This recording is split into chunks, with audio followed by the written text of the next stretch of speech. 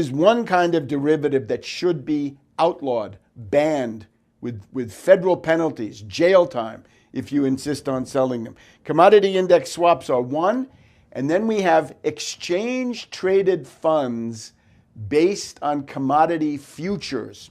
An exchange-traded fund, ETF, very popular in Wall Street. It's a kind of closed-end mutual fund, you might call it, but there it is, an exchange-traded fund, but based on commodity futures. Those are the two destructive tools that are used to bid up the price of gasoline, but also wheat, rice, food elements, and so forth. And now we're getting into high crimes against humanity, because once you're tampering with food and fuel, you're putting human lives on the line. So it would be urgent to ban those two kinds of derivatives.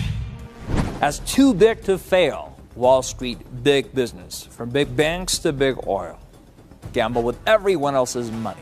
The question is, who's winning and who's losing? Well, they are the house, and the house never loses. How could big banks lose? After all, they're not gambling with their money. They're gambling with everyone else's money, from the investors who trust them to the taxpayers who'll be asked to bail them out once they go belly up.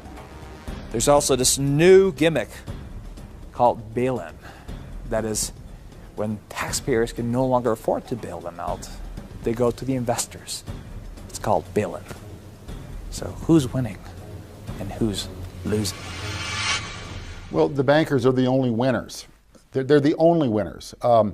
Whenever the initial bailout came out, the TARP money, the $900 billion in TARP money, that money was intended to be lent to business in the U.S. so that small businesses could have working capital to see themselves through a tough time.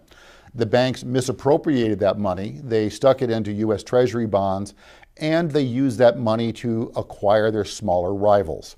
So, as you said, the big banks have gotten even bigger, and there's still very little lending going on. It's nearly impossible for any business to qualify for a line of credit, to grow, expand. The venture capital market is dead. There's no money going into new businesses, startups. That's not happening at all. And the banks have focused really on lining their own pockets, rewarding their own executives, and they're really ignoring the needs of the country. But who's looking after the interests of we, the people? Whatever happened to this social contract, the contract between the electorate and their elected officials in this democracy of the people, by the people, and for the people? Where are the representatives, the congressmen and women, the senators? Or is the elected White House? Apparently, they're having too many problems weaning themselves off of the so-called donations, gambled money coming from the big business on Wall Street.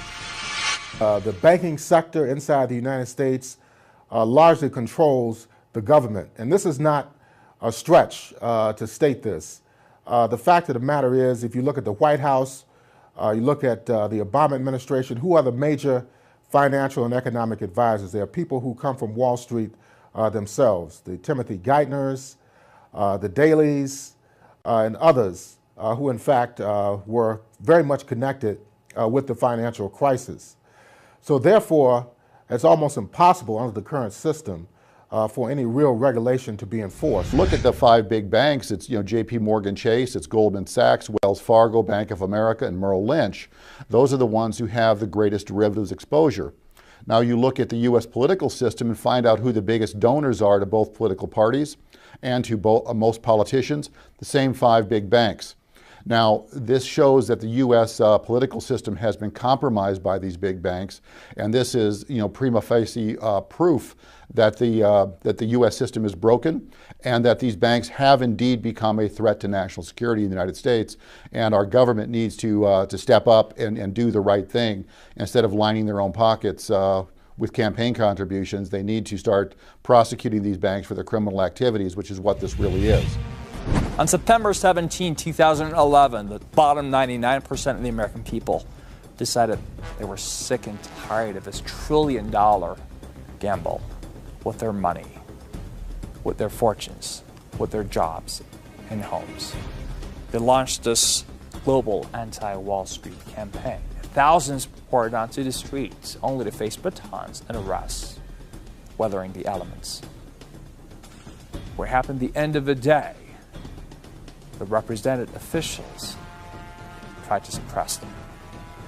Yet when you talk to the movements and the movement organizers and those people that took part, you realize that the movement is well and alive and smoldering under the ashes of the rubble of their lives.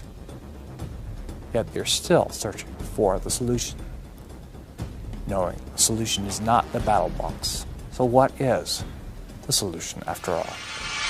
This needs to stop. Cooler heads need to prevail. We need a new financial system. The Federal Reserve needs to be shut down. If it was me, I would send U.S. Marshals in to seize the Federal Reserve. I would use the power of eminent domain to take the function that the Federal Reserve served. I would preserve the infrastructure and take that the function of the Fed back into the Treasury where it constitutionally belongs. That's what we need to do. And you have these bankers who are buying our politicians. They're rubbing money on it. They hire lobbyists they can create money out of thin air. They have black screen money they can create. They have no shortage of money. They can reward the politicians who support them with ample campaign donations. They can punish the ones who they don't like, who stand up against them. The American people have lost their voice. We're living under a bank tyranny right now. And this needs to stop. This is, as I said, I will repeat it again and again. This is a clear and present danger to the people of the United States and to the U.S. government. When the house goes bust, everybody loses. The governments of the world could step in and try to bail everyone out. But the reality is that when the derivatives market comes totally crashing down, there will not be any government on earth with enough money to put it back together again. A horrible derivatives crisis is coming. It is only a matter of time. Stay alert for any mention of the word derivatives or the term derivatives crisis in the news. When the derivatives crisis does arrive, things will start falling apart very rapidly. Whenever the system collapses, there's going to be so much pain, so much despair, so much anxiety in this country that people aren't going to take it sitting down.